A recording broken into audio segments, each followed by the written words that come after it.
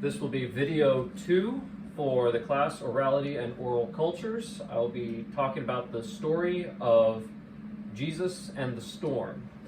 So, thank you guys for showing up, being a part of this, helping me out with that. I appreciate y'all, listening to my stories. Hopefully we have a fun time and just see what the Bible's going to say to us.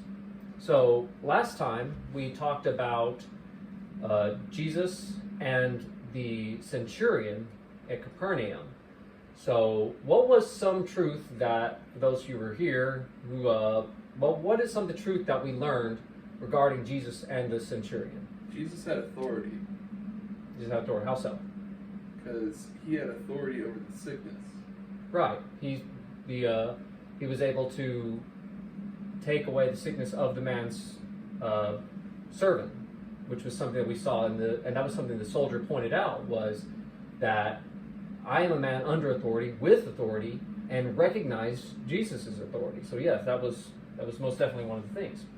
So something I want to look at in this story here specifically is pay attention to the events that are going to take place, kind of the order of the events, and look for something that may stand out, something that's that just feels a little bit maybe out of place or kind of unique, something like that.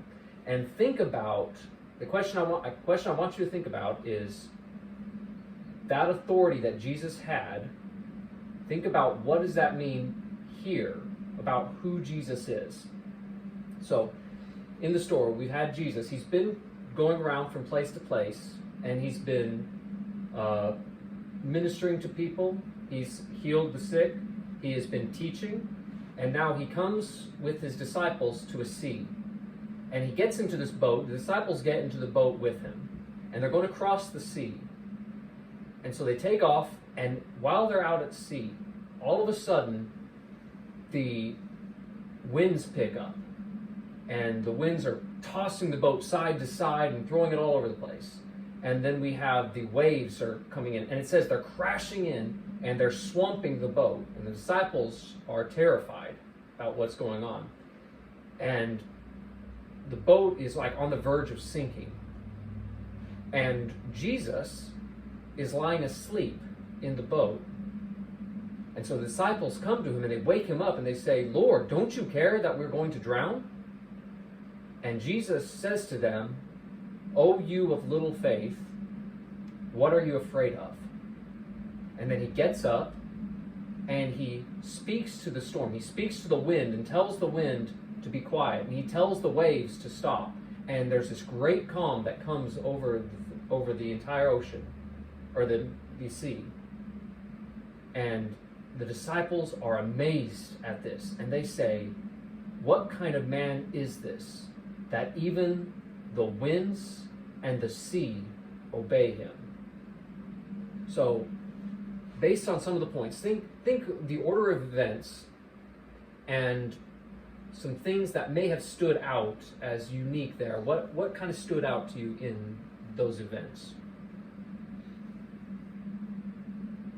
Well, there's a big old storm going on. Big storm. Sounds frightening.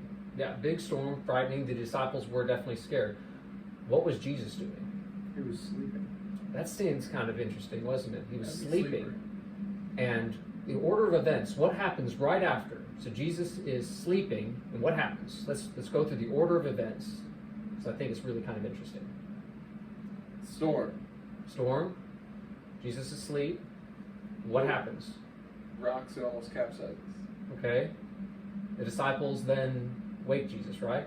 Yeah. So then they wake Jesus. And then what happens?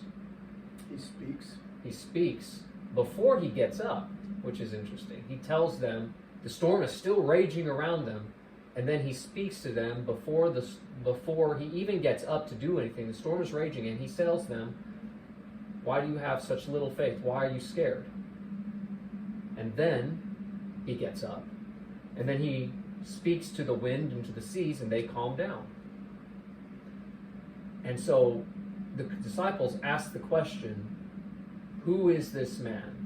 And that's the question that I kind of want to leave y'all with tonight is, think about who is this man what does this mean for his authority that not only does he heal sick people, he doesn't even have to be there to heal them, but he has authority over even forces of nature, such as water and wind.